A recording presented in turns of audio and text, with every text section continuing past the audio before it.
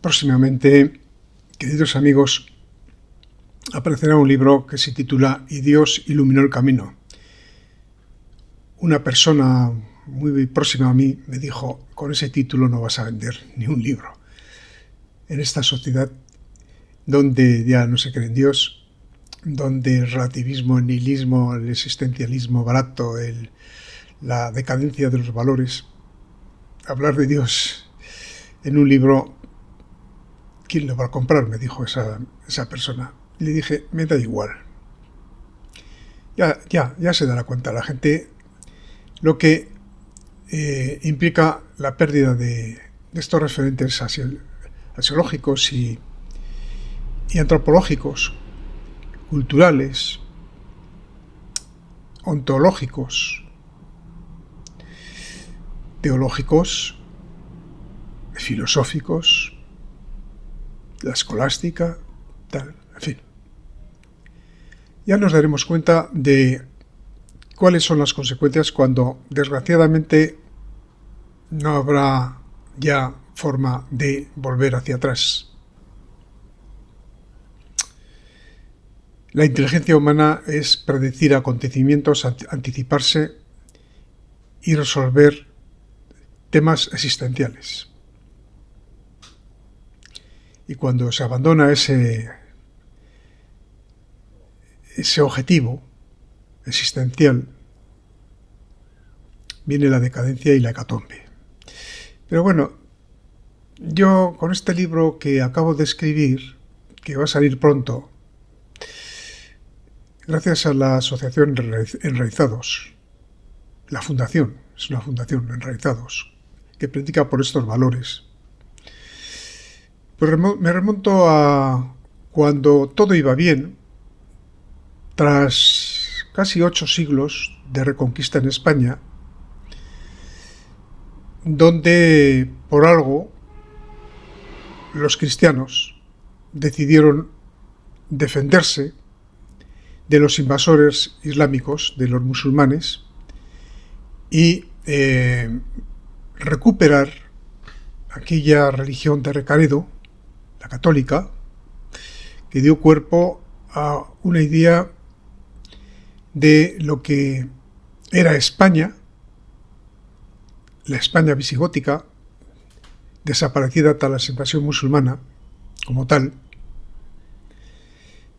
y la llegada milagrosa de una persona fantástica que resolvió esa situación de conseguir la unidad en España, tras también la conquista de América, hacer una unidad existencial, civilizatoria en América, y digo existencial porque en ese fundamento se basó la existencia.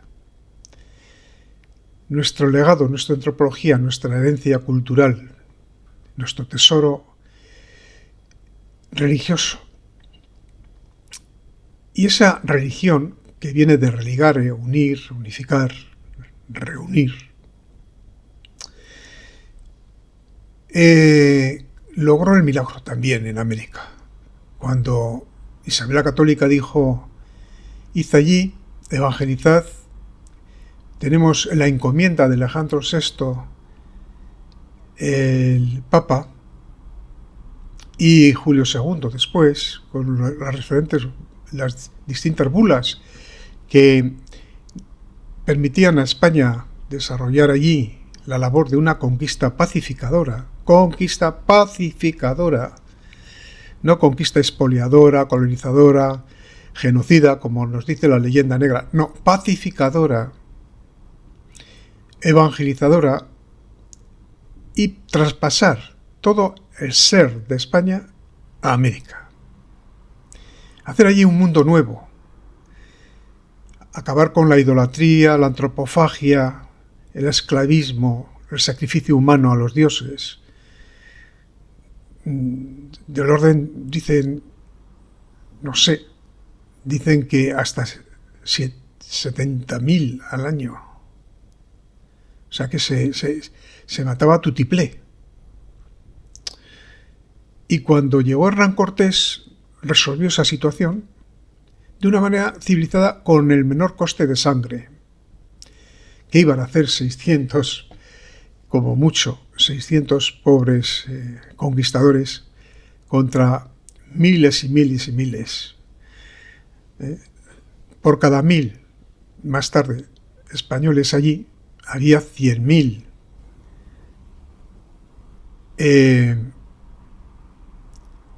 Indígenas, o sea que se los podían haber comido con patatas fritas a los españoles. Entre otras cosas, porque ahí no había ametralladoras, no había armas de destrucción masiva, afortunadamente, gracias a Dios, hoy sí que los hay. Y no tenían capacidad de defenderse si los indígenas, los indios, hubieran querido hacer una masacre con los españoles. No hubieran podido defenderse, por mucho que llevaran caballos y tal. No, esos son mitos. Lograron en poco tiempo, en menos de 50 años, erradicar, por ejemplo, la poligamia. Hombre, algunos dirían que bien vivían entonces con tantas mujeres, ¿no? O mujeres con tantos hombres, como se quiera. Hombre, no me hagan reír, por favor, que esto es muy serio. A ver, la antropofagia, la sangre derramada por los aztecas e incas sobre las tribus cercanas. ¿Por qué se unieron los tres atracas a Hernán Cortés y amenazaron la estabilidad de los aztecas? Porque vieron aquellos indios que estaban sometidos, estaban impresionados por este líder que podía encabezar su revuelta contra el tirano. Y Montezuma, que no era tonto, dijo: vamos a ver si pacto con este líder que ha venido de más allá del mar, no sea que la liemos. Luego resulta que los suyos le asesinaron, pero bueno. Y Hernán Cortés, con su gran diplomacia, arregló aquello, porque era un hombre enormemente culto, sagaz, inteligente, y sopesaba bien sus acciones antes de cometer ningún error. Y México se sometió en poco tiempo a la nueva doctrina religiosa que era el cristianismo, con 12 apóstoles franciscanos que desarrollaron su labor en aquel vasto, inmenso solar que era México en aquel momento. México viene de los mexicas. Todo una cosa tras la otra suena a milagro. Luego apareció la Virgen de Guadalupe con su mensaje. Y luego llegaron, porque había abusos al principio. Sí, la conquista al principio no fue pues un camino de rosas. Aquella gente que iba allí, América, iba sudando tinta para llegar a aquellas costas sin apenas alimentos, ya después de más de un mes de viaje, y sin vitaminas, con escorbuto, sin agua. El agua se corrompía. Hombre, luego aprendieron a usar la sidra en sustitución del agua en esos viajes tan largos. Un buen elemento de meter líquido en la sangre, ¿no? Sí, hubo conquista dura al principio. Había que dominar el territorio y había que, en cierta manera, doblegar a los indios. Pero esos conquistadores tenían detrás un fundamento religioso clarísimo después de 7 siglos. Dale que te dale, reconquistando terreno a los árabes y expulsándoles y unificando una religión que era la que daba credo, valores y unificación a todos los españoles en aquel momento, hasta la conquista de Granada. Aquellos hombres eran brutos, sí. Tenían ambición, claro. Vayan ustedes hasta allí en aquellas condiciones, en un cascarón de madera, superando tormentas, mareas, en fin, de todo tipo de contingencias. Y luego incluso invirtiendo de su dinero en aquella misión de llegar allí, para abrir nuevas vías de comercio y de civilización, pero sobre todo de comercio. Esa era la idea, ¿no? Al principio, de Colón, por lo menos. Pero Isabel dijo en su testamento respetar a los indios, hacer allí el bien, uniros a ellos, respetar sus propiedades y respetar su forma de vida, salvo aquello que vaya contra el derecho natural. Entonces no lo llamaban así, pero el derecho natural era la evangelización, su doctrina y el amor al prójimo, y extender el cristianismo por todo el mundo. Una idea catecúmena en cuanto se refiere a catecización, evangelización, y ecuménica en cuanto se refiere que el cristianismo, por contra, a diferencia del Islam y el judaísmo, no era conquista de sometimiento y de violencia contra los gentiles, contra los que no creían lo mismo. Unos porque creían que era el pueblo elegido, otros porque creían que su religión había que implantarla a golpe de machete o a golpe de espada. Bien, pues los evangelizadores se enfrentaban a los propios conquistadores porque decían, no, hay que evangelizar tranquilamente, con paciencia y sin sometimiento. Y había otros como Sepúlveda que decía, no, somos de una civilización muy superior, realmente era así, y vamos a implantar allí un orden nuevo, y cuando estos señores que se llaman indios superen su etapa de su desarrollo, veremos si son capaces de aprender la doctrina cristiana y somos capaces de enseñarles algo y adoctrinarles. Había una posición más ligada al derecho imperial de conquista y otra posición cuya única misión era evangelizar y salvar las almas y lograr que esas almas fueran asequibles a la salvación eterna.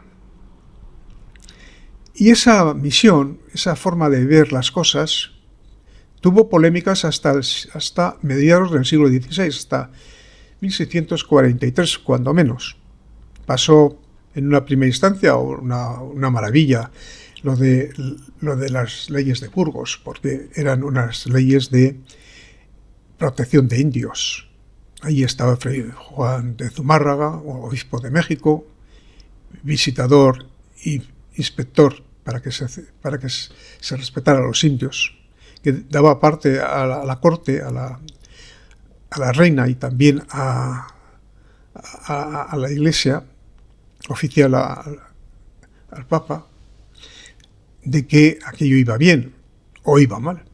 Y a veces iba mal, y había enfrentamientos entre los franciscanos y los encomenderos, que eran, pues los que allí llegaron a América con la encomienda, pues se llamaban encomenderos, de cristianizar, de proteger y desarrollar una nueva civilización y una nueva forma de vida y unas nuevas fórmulas económicas y de aprendizaje de oficios, etcétera, etcétera, que eran lo que debían hacer los encomenderos, pero algunos de ellos entendían que los indios eran esclavos suyos.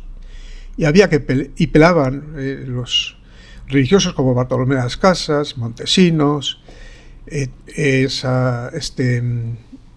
Toribio de Benavente, Motolinia, peleaban por priorizar el cuidado de los indios sobre las ambiciones naturales de las personas que iban allí a instalarse allí y buscar nuevas formas de vida allí, porque era un país inmensamente rico, un territorio, un continente enormemente rico. Entonces iban allí para vivir allí. Pero había algunos que no entendían esto de respetar a los indios. Bueno, y luego llegaron las leyes de Indias, llegó las controversias de Valladolid, donde unos decían que el emperador tenía derecho a conquistar aquello por la fuerza, y otros decían que no, que hay que respetar, como dijo la reina Isabel, a aquello en todo su valor, el valor antropológico y también cultural de los indios, también respetarles sus costumbres que no fueran atentatorias a las normas básicas de convivencia y de respeto humano. Es decir, se respetaba el alma de la gente porque se consideraba que aquella gente tenía capacidad de aprender estas nuevas formas de vida, como así fue. Y todos estos frailes y evangelizadores estaban maravillados de las posibilidades que tenían de cambiar aquella gente y mejorar aquello. Y de hecho lo lograron. Fue una civilización impresionante. Creación de universidades, hospitales, ciudades, audiencias, vías de comunicación, lógicamente de las que había entonces. Todo un sistema impresionante, como lo decía Loomis, uno de Massachusetts, que se fue a México y dijo: madre mía, esto no es lo que a mí me habían contado. Él era anglo y protestante. Esto es maravilloso lo que han hecho aquí en México, ¿no? O Lewis Anke, después, más tarde, a principios del siglo XX, hizo una tesis doctoral impresionante respecto a la civilización en un libro que se titulaba La lucha por la justicia en la conquista de América. En su tesis doctoral, otro ángulo. Hablamos mal de los anglos, pero había anglos que discrepaban de la corriente oficial que había para conquistar América mediante un nuevo orden cognitivo, un nuevo marco cognitivo, mediante leyenda negra, etcétera, aprovechando pues, las diatribas de Bartolomé de las Casas. Por cierto, hablando de Bartolomé de las Casas, ¿podrían concebir ustedes que vaya alguien, pues no sé, alguien de, vamos a suponer, de Melilla, llama a su puerta: oiga, que no puede ser, que aquí entra gente y vamos a acabar en el mar, nos van a echar, nos van a desplazar de Melilla. Haga algo. ¿Se suponen ustedes que le va a recibir este señor tan soberbio en su Moncloa, con su verdadera concepción de traición a España? Pues no, es absolutamente nada. Y sin embargo, Carlos I y V de Alemania, primero de España y V de Alemania, recibió a Bartolomé de las Casas, a pesar que Bartolomé de las Casas iba en plan de acusación. Aquí hay problemas, hay muchos problemas, hay abusos, hay esclavización, hay tal. Dice Carlos I: bueno, tranquilo, vamos a hacer aquí un debate entre Sepúlveda y tú. Sepúlveda, que es de la vertiente de los conquistadores, pueden hacer aquí lo que les dé la gana con tal de respetar la religión cristiana y someter a los indios hasta que se civilicen, y la tuya, vamos a hacer. Hubo un debate y tal, y fruto de ese debate, Carlos I se puso a pensar y dice: se para la conquista. No hacemos más conquista en América hasta que esto se resuelva. Reúne a los sabios de la Universidad de Salamanca, Francisco de Vitoria, Suárez más tarde, el padre Mariana, Domingo de Soto, todos famosos en la universidad más importante en aquel momento, que era la de Salamanca. Y Francisco de Vitoria convence al rey para aplicar lo que eran las religiones, indi, de respeto a los indios, y belli, de guerra justa. Hizo un repertorio doctrinal que el emperador asumió como propio, y de ahí vinieron las leyes de Indias, el Consejo de Indias, y todo marchó maravillosamente bien a partir de 1543 hasta que llegaron los ilustrados. Tras la Revolución Francesa, impusieron transmitieron un nuevo orden cognitivo basado en el relativismo, en el desprecio a la religión cristiana. Después de la Revolución Francesa, recordemos que hubo las guerras de la Vendée, porque querían impedir a los católicos a practicar su religión, igual que luego los cristeros en México en 1930. Y bueno, pues tras eso llegaron las rutinas de Voltaire, Montesquieu, las ideas afrancesadas, América también. Fue un desastre en el siglo XIX la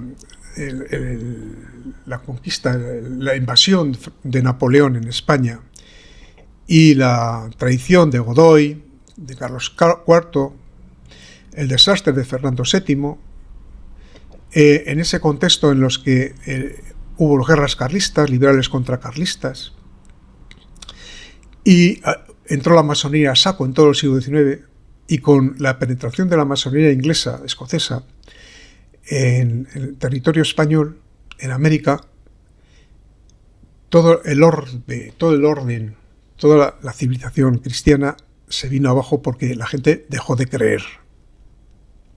Los valores se descompusieron, los criollos no querían pagar impuestos al rey.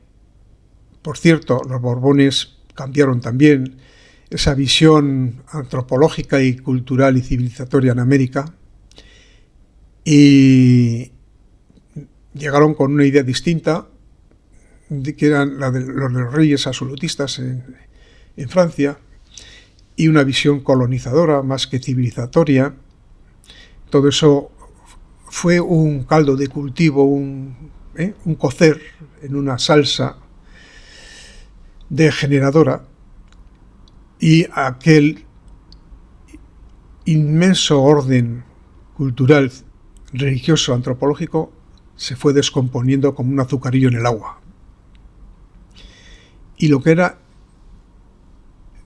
la trama de organización también se iba cayendo, como se cayó cuando Carlos III en el siglo XVIII decidió expulsar a los jesuitas de América.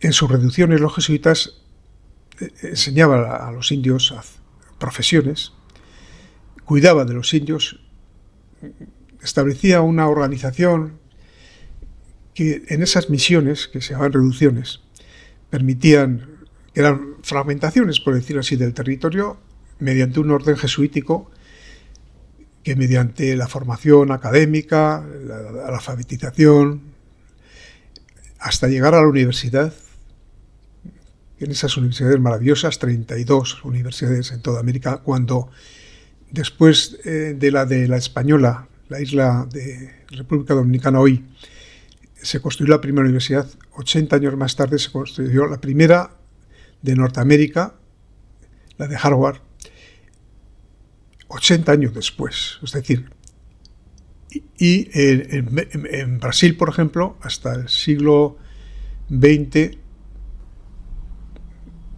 ahora no me acuerdo si era el 19 o 20, no se puso en marcha la primera universidad.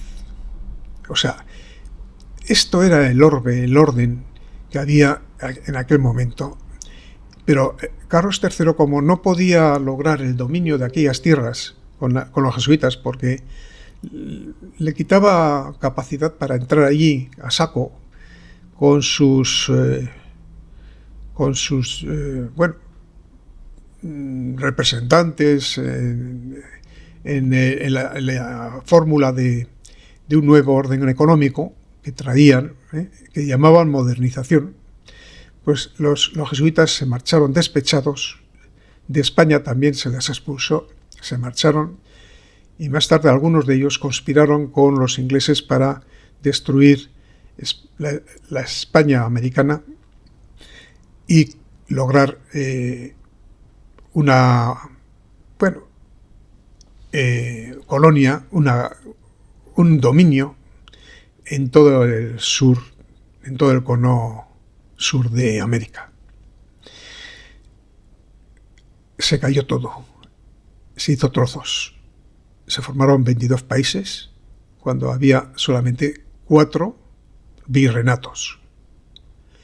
Cuando había unidad, se llegó a la atomización. Y con esa atomización, la deuda con Inglaterra para formar sus estaditos pequeños, bueno, pequeños que en territorio son grandes, pero no tenía nada que ver con lo que eran los virreinatos. Y esa descomposición trajo la pobreza, la incapacidad para explotar los recursos inmensos que hay en Sudamérica. La división generó pobreza.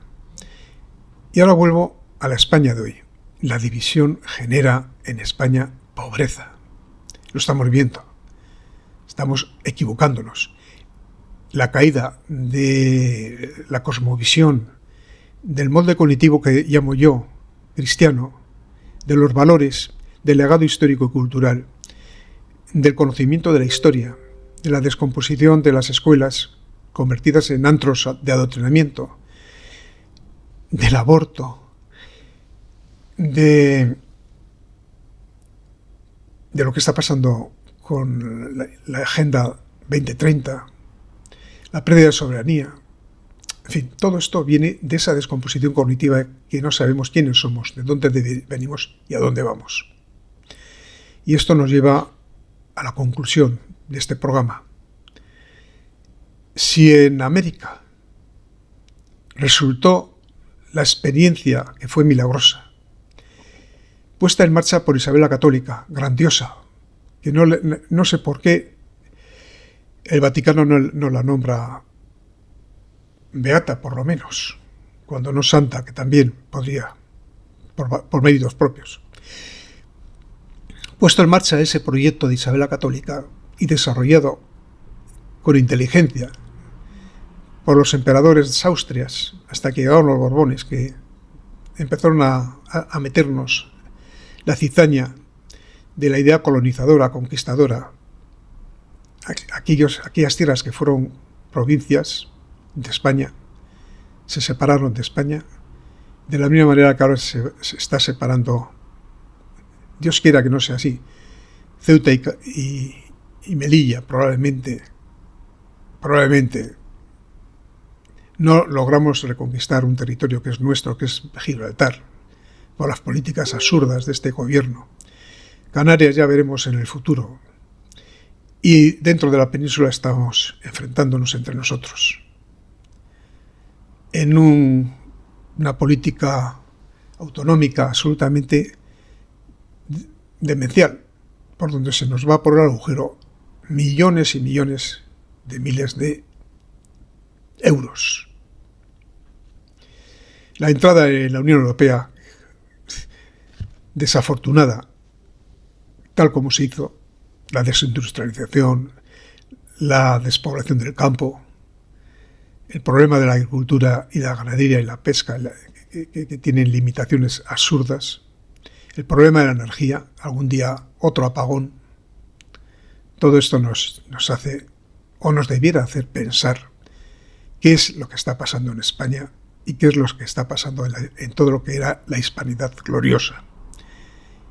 Si podemos conquistar de nuevo aquella civilización o no. Eso es mi libro y Dios iluminó el camino.